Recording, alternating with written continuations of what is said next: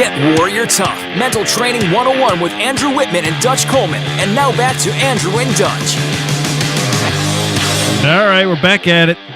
Dutch and Andrew and Dutch, the Get Warrior Tough radio show, the most monumental hour in media anywhere. You can catch Dutch on the Twitter at @TheDutchColeman.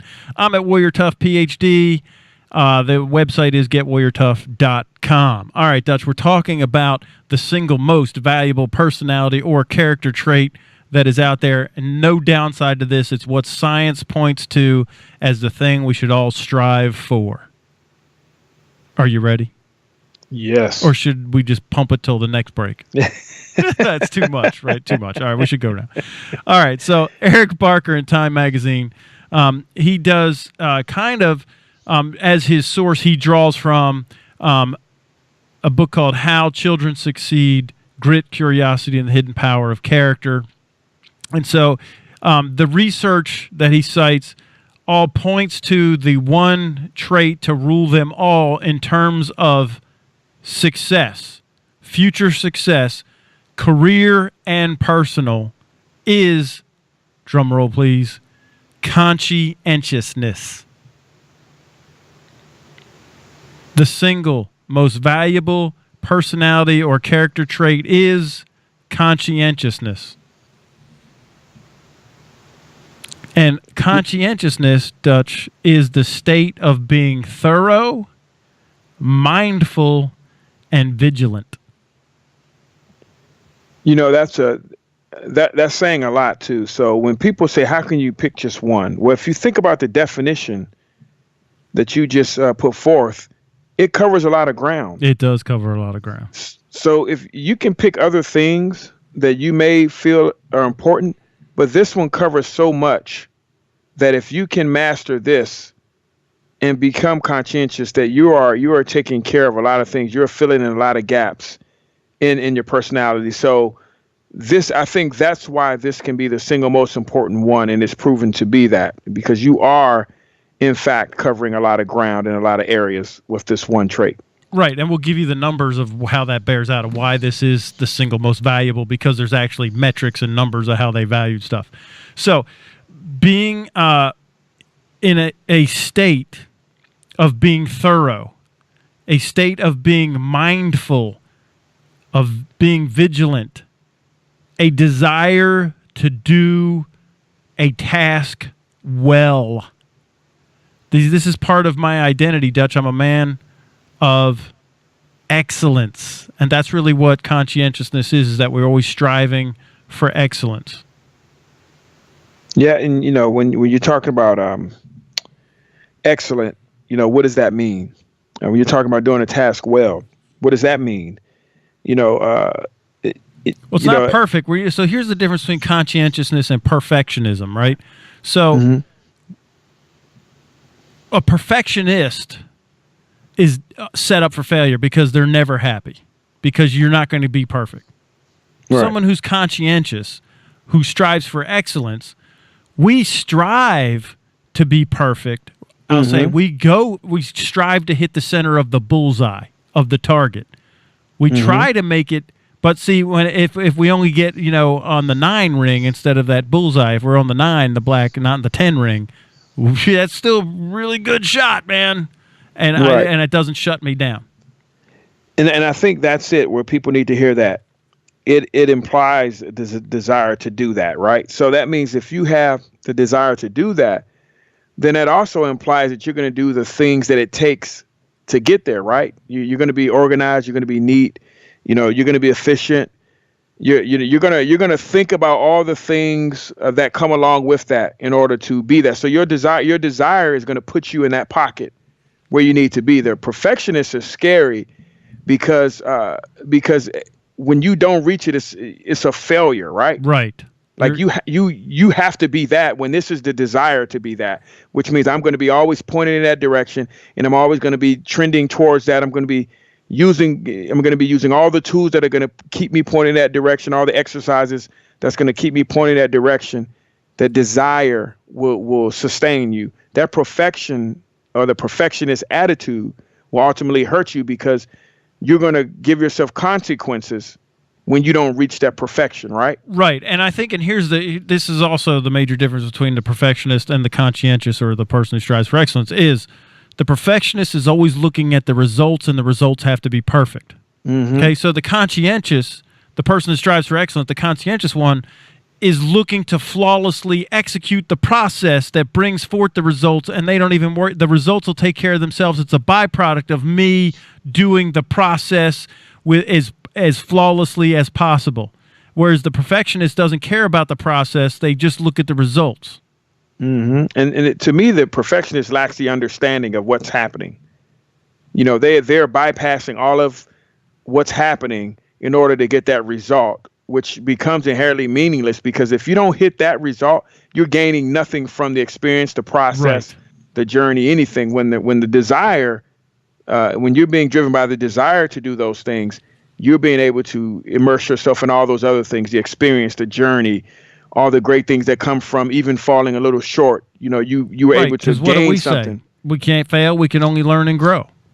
Learn and grow. And with the conscientious person, that experience is going to be what helps them in the next level of the process, right? With the perfectionist, you lose everything because you felt like it's a big loss. I lost. It was, I didn't gain anything. It had no value. Right. Now I'm starting all over every time because Epic my fail. goal is just to absolutely.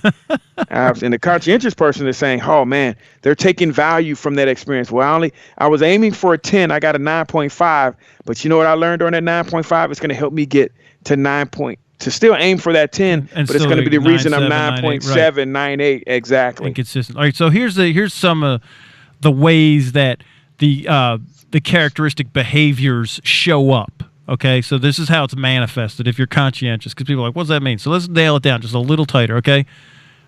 Being efficient, being organized, being neat, and being systematic are all symptoms of being conscientious. Let me say those again. Being efficient, being organized, being neat, and being systematic. Right back to the process. You're doing a process. These are, if you don't have a process, you and I ask people what their process is all the time. They'll be like, what? And I kind of use Michael Jordan as an example. He probably can't tell you his process for playing great, because you can't teach anybody else to do what he does. He doesn't even know what he does. He just goes out and does it. Right? That's not somebody who's systematic. A systematic is somebody who's like me. You give me the 4-step process, I'll Forrest Gump it, just like Forrest Gump was a process guy. He was systematic. Keep your eye on the ball. Ping pong. Now he's the world champion. Right? So this is a conscientious person, is somebody who's systematic, neat, organized, and efficient. I did just describe Forrest Gump, actually. And even with the Michael Jordan example, we made some assumptions there because it's never been documented that Jordan was the systematic type of person. And we always look at his gifts and assume it was all natural. He may be that, but just for sake of an example, we're going to choose the most naturally gifted looking athlete that most of us have seen. And he fits the profile from what we know. So if there's somebody listening that's a huge Michael Jordan fan, that's documented everything, we apologize, but he fits perfectly for what the imagery that we're trying to promote, because we know what we see and what we think of people. And Michael Jordan seems like the consummate like artist that doesn't have a process. He just gets out there and it just ends up beautifully. Yeah, and you can never be duplicated, right? I mean, you can't duplicate Michael Jordan. So there's really, I mean, I don't know what process you would do because you couldn't duplicate it anyway. But it also describes or displays, displays elements of self-discipline, carefulness, thoroughness, self-organization, deliberation, the tendency to think carefully before acting, and the need for achievement. So there's no laissez-faire attitude. And that does describe Jordan right there. Up. Like Jordan, he hated to lose. That's why Jordan was so great, because he hated to lose. So I wasn't picking on. I was just saying that he was not. He was a gifted guy. Right. So the people out there, you can't be laid back and just kind of showing up and just kind of, I just kind of let it be, let it do what it do. No. Right. You're not doing that. Whatever will be, will be. All right. Right. No, this is like you're deliberate. Thinking carefully before acting, you're actually acting, and you are achieving things. You have a need for achievement. So now, this sounds like, something that we should all at least respect, even if we don't want to be that. Because I said some cuss words in there like self-discipline. That, a lot of people don't like that.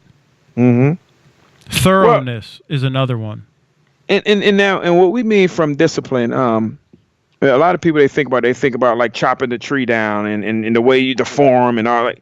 Look, the other way is to look at it is you don't want that spontaneous behavior. You don't want to be depending on spontaneous behavior, or whatever happens. You want to be calculated. You want to be planned. You want to be organized. So discipline isn't a negative word in concert with all those other things, because again, there's nothing wrong with a plan. You know what I mean? So when a lot of people hear discipline, they think, oh, okay, this is going to be hard. This is going to be tough. No, this is going to be organized. This is going to be set up. You're going to be aiming towards something, and so we're not talking about discipline like you got to run 10 miles. You got to stand up at attention for an hour. No, we're not talking about that type of discipline. It's in concert with a lot of other different things. I know we got about a minute left, but when people hear those buzzwords, man, it scares people off. But this is the good stuff, man. This conscientiousness is a great thing, in the fact that you're going to most likely always be prepared. You're going to always have that target that we always talk about, and you're going to always have a plan. Yeah, the only reason that people don't like self-discipline, they don't like the word, is because it means we're going to work. Mm-hmm. Yep. That's exactly what it means. And if you have a problem with that word, I don't know, man. Well, you're in trouble already. Yeah, but work's a good thing. Right. But if you look at it, discipline, in terms of all those other terms, those are very encouraging terms, and those are terms that should make you feel better if that's how you are wired. If you want to look at it, discipline is a great thing. Well, and like I said, when I cited the study from Edinburgh, even if you're not wired that way, you can get wired that way. Don't just say, well, I'm not wired to be, I'm not a self-disciplined person. Well, you can make yourself that way, and now I have the study to back it up. It's a 40. Call it something different. Yeah, but it's 63-year study. We have empirical data. All right, you listen to the Get Warrior Tough radio show with Dutch and Andrew. We'll be right back, because we're very conscientious, and we're going to take the break, and we're going to stick to the clock.